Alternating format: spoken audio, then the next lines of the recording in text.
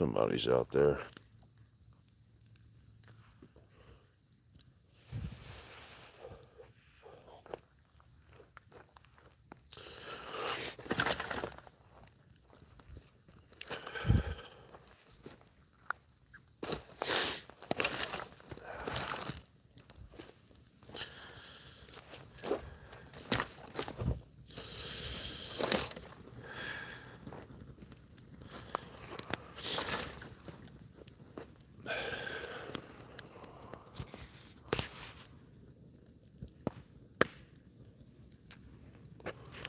The Killer Night.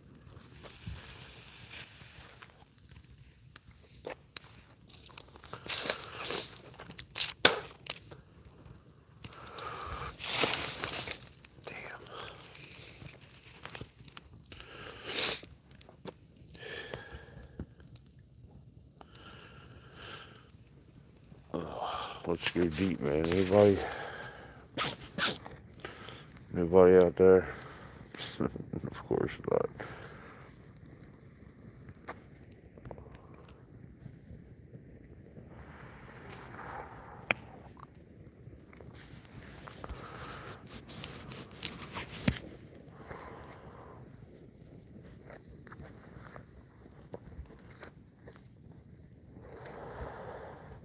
Any takers?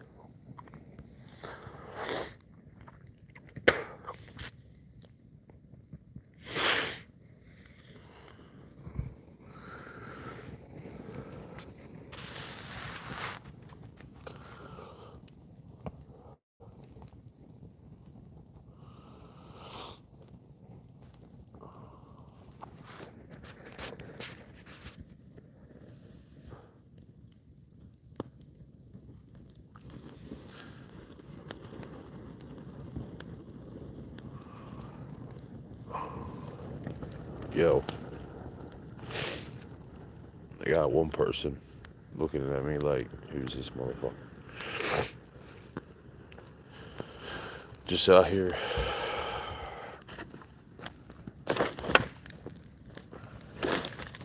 not giving a fuck. We burning shit up in here.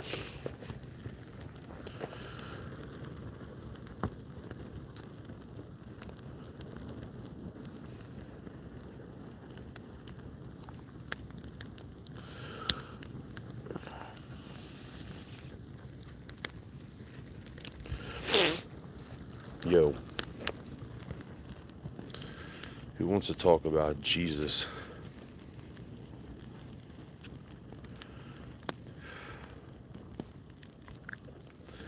Merry Christmas, bro. How you doing, man? Your family too. God bless you, dude. I call everyone dude and man.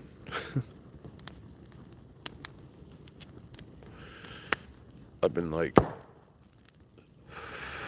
shit. That was like an unspent 22 round or something in the fire. I was dumping old ammo in that bitch. I'm standing right next to it. What a dumbass. What's up, homies? Hell yeah, dude. Gabriel Griffin 9230. #1 fan, yo.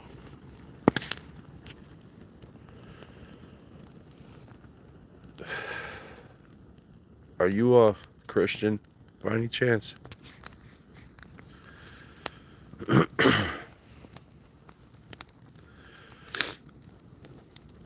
Oh no, dude, my phone's gonna die, yo.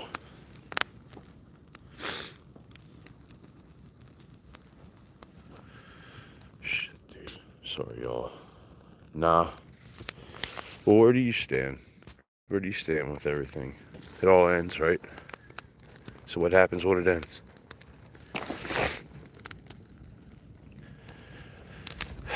This is the state of affairs of my life, as I have to seek to live chat to get any sort of depth or meaningful conversation out of anyone at all.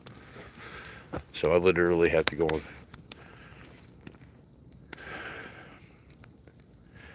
Bro, look, I like, I used to think that, right?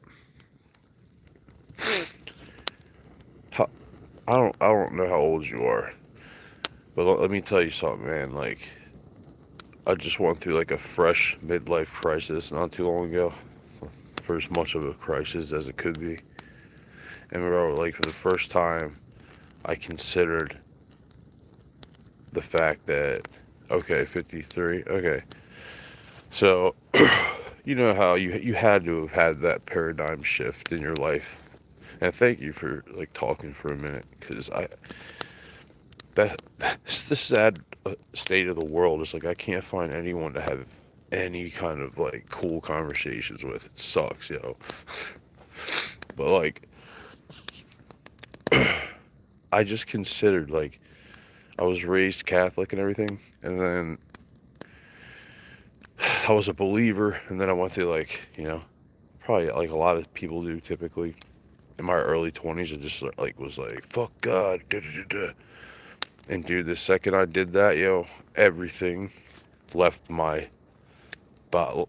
Well, not the second I did it, but within a few years, like I felt fucking empty, like beyond measure. Like the most insane fucking abyssful emptiness. Like this hopeless longing for anything but meaning. It was like I couldn't even describe it to you, man. And obviously my kids started having my children, and that like fucking turned my life around. But even with them, like I was like, well, shit, they're gonna die too, man. And like it forced me to for as intelligent as I can be, reach my logical and an intellectual end of this. I've thought this through to its end, and there's no other possible truth than Jesus Christ, man. That's like, and I know how, look, I don't know how gay and cheesy that sounds. I hate it. I don't even like, I love saying it, but it's like, it's like, it's the shit that I used to be like, oh my God, that's so gay, dude. Like, if I'd hear someone say that, I'd be like, what the fuck, bro? Shut up, you faggot. Like, that's how I would think, you know? But now, dude, I'm telling you, man, I can't come to it. I started getting influenced by these different people. Cliff Knechtel was one. And then because he asked a simple question. He was like, don't follow Jesus because of me. He's like, do it because it's the logical end of the evidence trail if you look at it and scrutinize it with any form of integrity for my like worldview.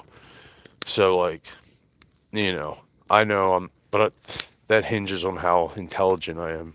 So it's like, I don't judge anyone for thinking otherwise, but like, dude, and believe me, now all I do is dwell on it. And I can tell you this, man, I started going back to church, and I had to like fight my way back to church because I was getting nothing out of it. And then like it started like filling me up again, man. I'm telling you, it's insane. You know how you hear like people go and do like fucking ibogaine and all that shit, or like ayahuasca treatments? It kind of felt like that, only like it took a little more time. It's almost like, hey, I'm reminding you, motherfucker, if you leave my side again, that's what you're gonna feel forever. And that fucking freaks me out, man. But I also think it's just because I don't know, because of the way I perceive things. So I don't know, man. You know, this is like a topic I can't have it just on the surface, you know. I don't know. For anyone who gives a fuck. But like, I can't just be like, well, maybe we pass away and you know, we reincarnate into some other life form. It's like, nope, nope, absolutely fucking not. Because it's just, it wouldn't, you can like prove it, like with mathematics and shit, that wouldn't work. Like, I don't know. And that's too finite. Like, my God understands all the little weird things we feel in our life that we can't explain, dude. That's what he gets, bro.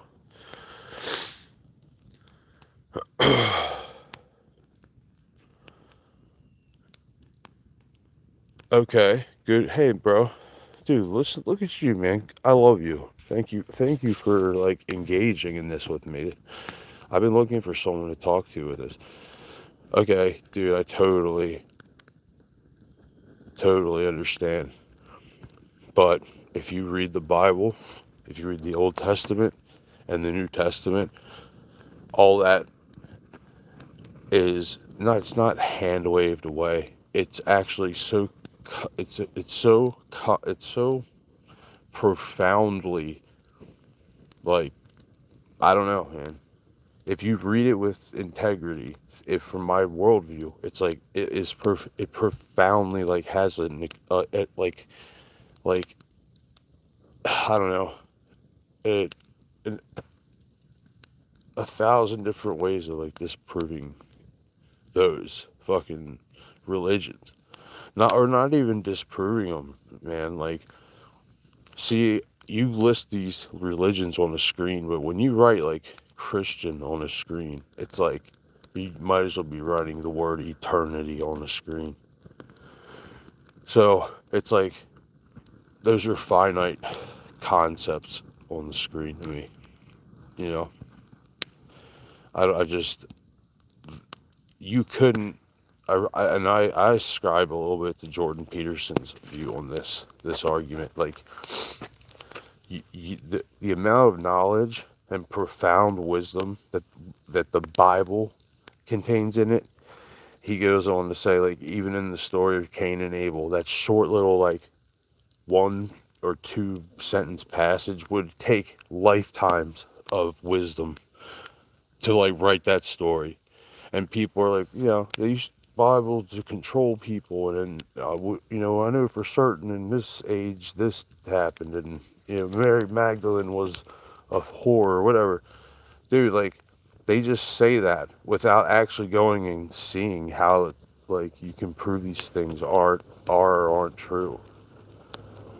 You know.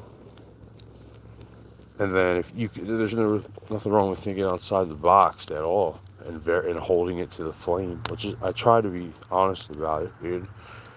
Like the Shroud of Turin thing, that though, I want to believe that. I want to like really reach into that, but I don't need that much more faith, man. I'm so convinced.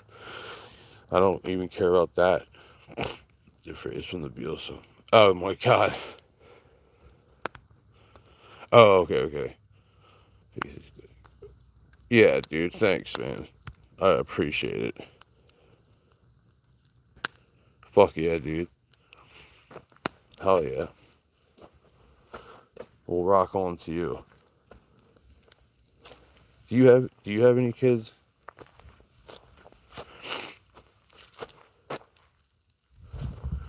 No, I'm getting you're ready to walk into good bed. I love, dude. You're awesome, man.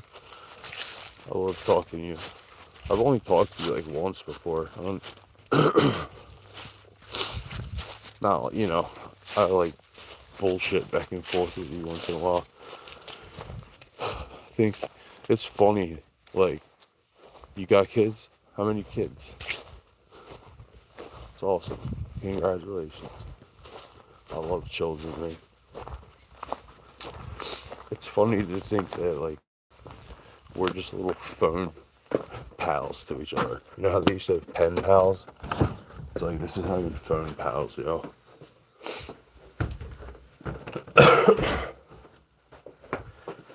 I think there's something, like, beautiful and, like, spontaneity of a small conversation you could have on YouTube with, like, 1 or 2 people. and how much meaning it can have, you know? It's just fucking crazy, dude. You know? But hey. I'm just talking crazy shit now. I'm going to bed, yo. Gabe, hit me up sometime for my number.